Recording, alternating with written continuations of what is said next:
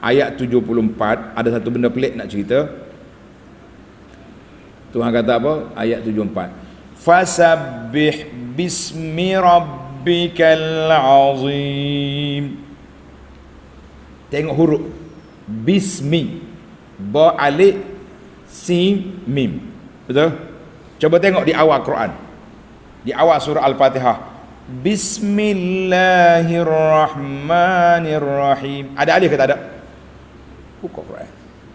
Coba tengok di awal Fatihah. Bismillah dia ada alif ke tak ada? Cepat. Masa berlalu laju ni. Tak ada alif. Dan surah lain tu, surah lain dia tak masuk dalam surah, dalam nombor. Rasa tak? Surah lain tak masuk dalam nombor. Sebab tu dia ikut Fatihah aja. Bismillah, bismillah, bismillah. Semuanya tak ada alif belaka. Tapi kenapa di sini isbat alif? Ini menarik ni. Dalam kitab kita tafsir kita ni dia ambil daripada kitab Nazmud Durar. Ia menyebutkan perkara ini. Dia kata fasabbih bismi rabbikal azim. Annahum penulis-penulis mushaf Rasam Osmani dia tulis asbatu alifal wasli huna. Allah dia tetapkan alif wasal. Bismi ada alif. Bismika bismi rabbika. Dalam ayat Quran ni tuan-tuan kena tengok ada yang ada alif, ada yang tak ada alif. Yang ada alifnya, yang tak ada alif bismillahirrahmanirrahim di awal Fatihah tak ada alif. Kemudian ayat yang kedua tak ada alif, tulis Surah Hud ayat 41. Wa qala irkabu fiha bismillahi majraha wa mursaha. Kan? Surah Hud. Qala irkabu fiha bismillah. Suratul Namli ayat 30. Innahu min Sulaiman wa innahu bismillahirrahmanirrahim. Jadi tiga ayat ni tak ada alif. Kenapa? Tengok. Kenapa tu menarik tu?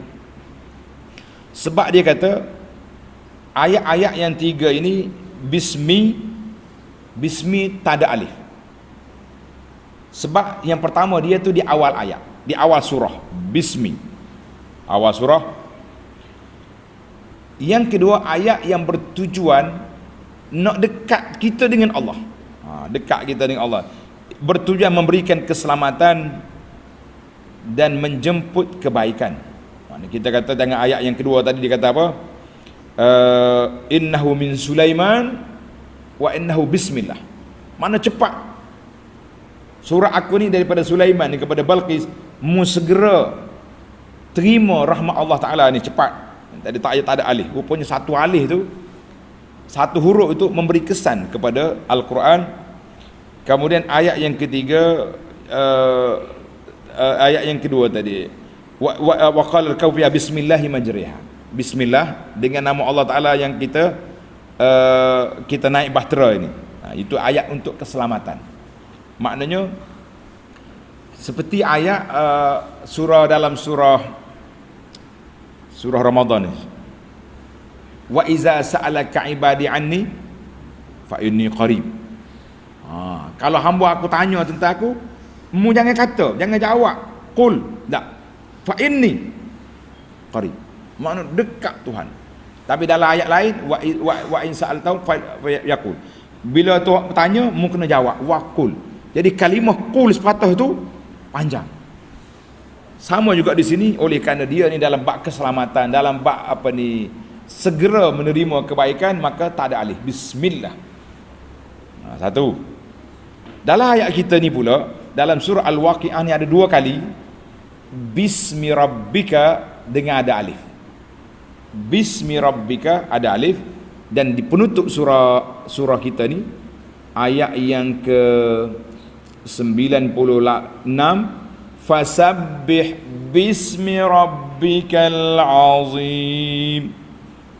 Ayat 74, ayat 96 semua ada alif belaka. Semuanya ada alif. Fasabbih bismi rabbikal azim.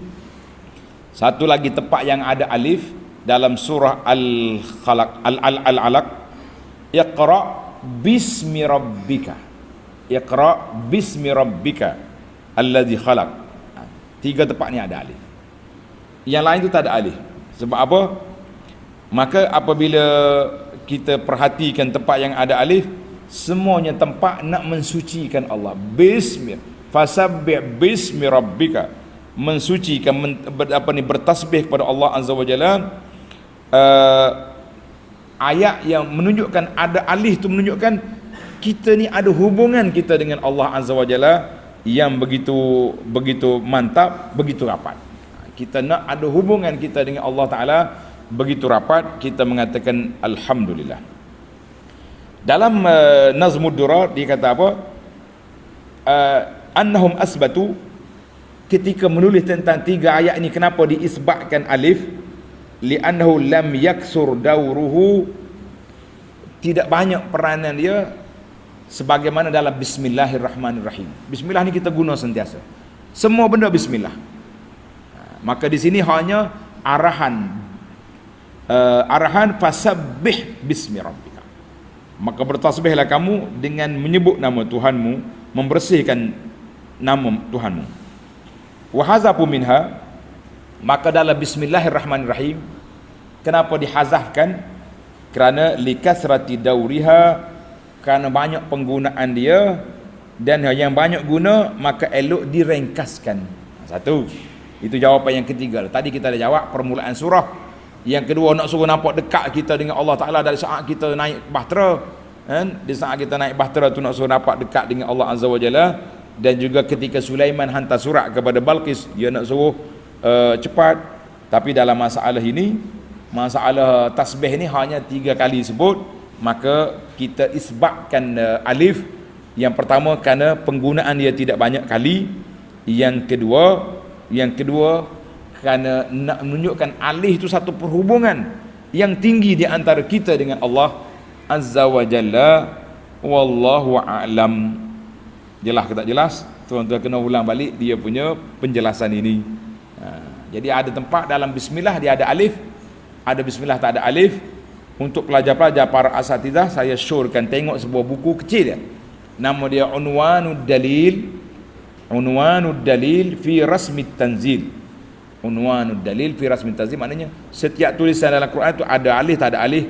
Macam kita dah bincang dulu, likulli ajalin kitab, ada alif. Zalikal kitabu, tak ada alif. Wallahu alam.